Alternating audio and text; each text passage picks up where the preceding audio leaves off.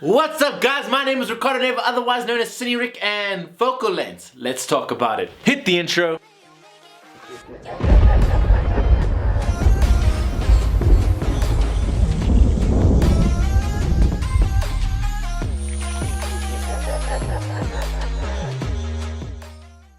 So ladies and gentlemen, we're gonna jump into focal length. Now before we get into how focal length works, I'm gonna give you the boring scientific description just to get it out of the way. Now it is the calculation of optical distance between when the light rays converge to form a sharp image of an object on a digital sensor or 35mm film to the distance of the focal plane of the camera, which is seen in this little sort of symbol that you can see right here.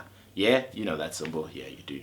And it is determined when the camera is focused to infinity and a sharp image is able to form. In simpler terms, it basically determines the angle of view, which is how much of your scene is being recorded, and the compression/distortion of distance within your image. Cool, now that we've got the boring things out of the way and we understand it in simpler terms, let's talk about why it's important as a creative tool. There is two main things that focal length affect. It affects, one, the angle of view, which can be determined into three sort of categories, which is wide, standard, and telephoto. Now standard is considered standard because in terms of angle of view and compression and distortion of the image, it is the closest to the human eye. Now wide angle is anything below 50mm and is considered a wide angle because of the angle of view being much wider than anything else, and because the distortion of distance between the foreground and the background is larger the lower you go in terms of focal length. Cool, now telephoto is anything above 60mm and is categorized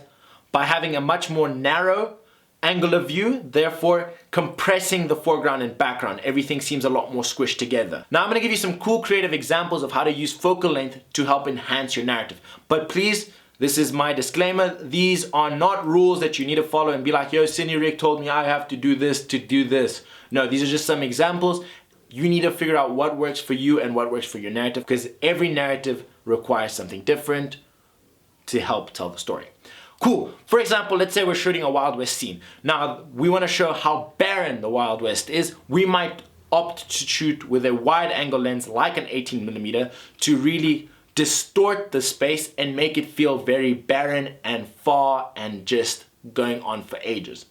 Now, another way you could use a wide angle lens, let's say we were shooting like a Romeo and Juliet scene, like we have boy one and girl one and their family doesn't agree to their love. You might want to shoot a wide angle lens to make them feel further apart, even though the characters want to be together. But because we're shooting with a wide angle lens, we're making it seem further away, which makes us sort of feel like, oh, they're so close, but yet they feel so far away. The opposite could be used. You could use a telephoto to compress them together so that even though we know that they're not meant to be together, they seem super close, which is kind of like, oh, but the family doesn't allow it. And looking at the family mindset, this isn't meant to be true, but they're so close that we want them to be even closer together. So you see, you can use the tools you have to tell a different message. It's just about figuring out what you want from the scene. Cool, so those are the three categories of focal length. Now, it is important to note that this is based on a full frame. Now, sensor size does have an impact on how focal length is perceived, but we'll be talking about that in a future episode. But if you enjoyed this video, feel free to do the funky funny stuff. That's like, share, subscribe, you know, everything that helps support your local YouTuber around your area. And don't forget to check on us every Monday and Friday, 7 p.m. where we release a new video, especially if you want to figure out how sensor size affects your focal length. Yeah. Bye.